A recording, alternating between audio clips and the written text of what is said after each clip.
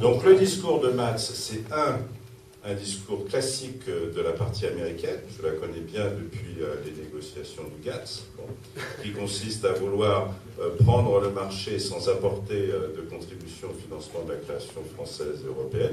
Et deux, en ce qui concerne le droit d'auteur, c'est de dire tout ce qui a été fait avant est mauvais parce que ça va me coûter trop cher. Je vais vous proposer des nouvelles solutions qui rapporteront moins aux créateurs. Alors rapidement, parce que je ne peux pas laisser dire ça sans réagir.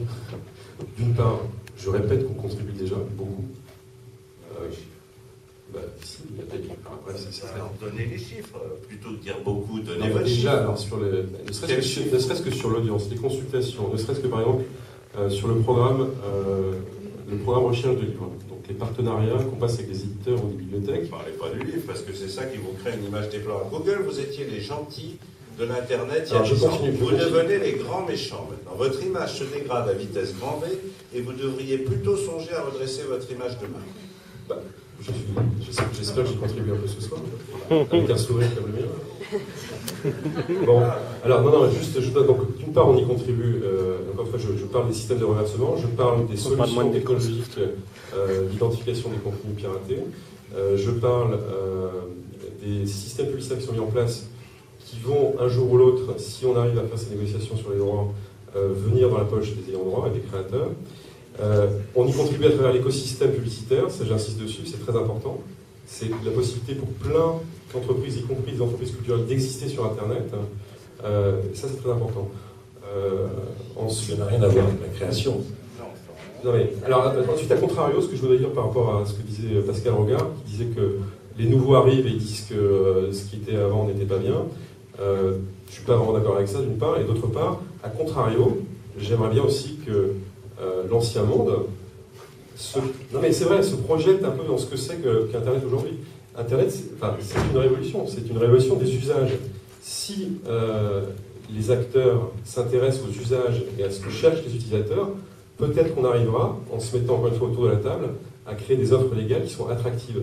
Je pense qu'il y a des démonstrations qui sont spectaculaires du fait que quand on s'intéresse à l'usager, à ce qu'il recherche, on arrive à des solutions. Est-ce que vous avez dans vos cartons ou dans vos serveurs des projets d'offres payantes dans le domaine de la musique, du cinéma ou autre, comme encore une fois, on le lit ici, là et encore ailleurs ces temps-ci sur Internet?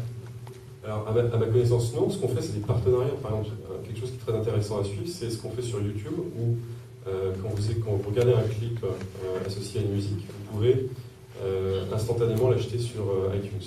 Voilà. Donc ça crée du flux, ça crée de l'achat, ça crée de la valeur sur un bien qui, effectivement, avec l'ère du numérique, a tendance à se dévaloriser parce qu'il est reproductible à l'infini et duplicable. Donc voilà un exemple intéressant. Hier, dans les échos, que Google se lance dans la musique, la plateforme est nommée Google Audio.